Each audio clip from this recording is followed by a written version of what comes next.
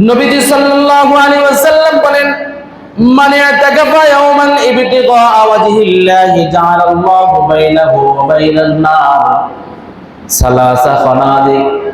ইতিকাফের ফজিলত নবীজি সাল্লাল্লাহু আলাইহি ওয়াসাল্লাম বলেছেন, কোন ব্যক্তি যদি এক রাত যদি ইতিকাফ করে, একদিন যদি ইতিকাফ করে, আল্লাহ তাআলা তাকে এক 3 খন্দক এরকম জাহান্নাম থেকে দূরে সরায়া দেন। সুবহানাল্লাহ। কয় খন্দক? 3 খন্দক। বলে এক খন্দক সমান কত? বলে এক খন্দক সমান পৃথিবীর জমিন থেকে আসমান পর্যন্ত যত দূরত্ব, এই আসমান থেকে জমিন থেকে আসমান পর্যন্ত যত দূরত্ব, এটা হলো এক খন্দকের সমান।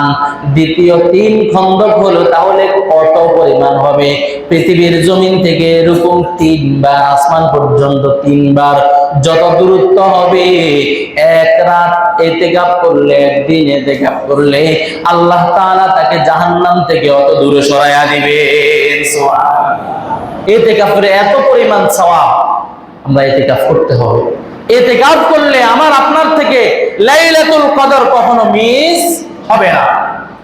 নবীজি সাল্লাল্লাহু আলাইহি ওয়াসাল্লাম বলেন, কোন ব্যক্তি যদি ইতিকাফে বসে, ওই ব্যক্তি যে সকল আমলগুলো থেকে বঞ্চিত থাকে, ওই ব্যক্তি বিভিন্ন রকম আমলগুলো থেকে বঞ্চিত থাকে। মানুষের সেবা করতে পারে না, পথ থেকে কষ্টদায়ক বস্তু সরাই দিতে পারে না, এরকম অন্যের সহযোগিতা করতে পারে না। বলে সে না করলে কি হয়েছে?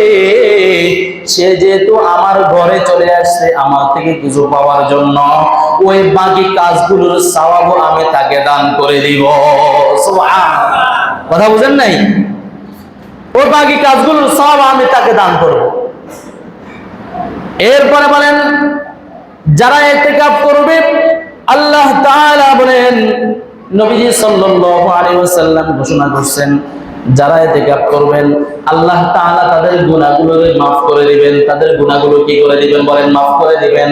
কারণ চূড়ান্ত পর্যায়ে আল্লাহর নিকট চলে গেছেন।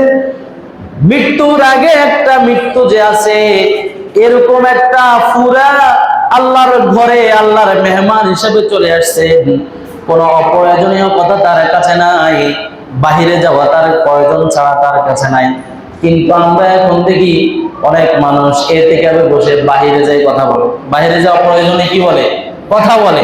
কিন্তু আপনি যদি এই সকল মন গড়া কাজ করেন, তাহলে হোতাকা বুঝে নেবেন। ইতিকাফের জায়গা কি হয়ে যাব? হোতাকা হয়ে যাব।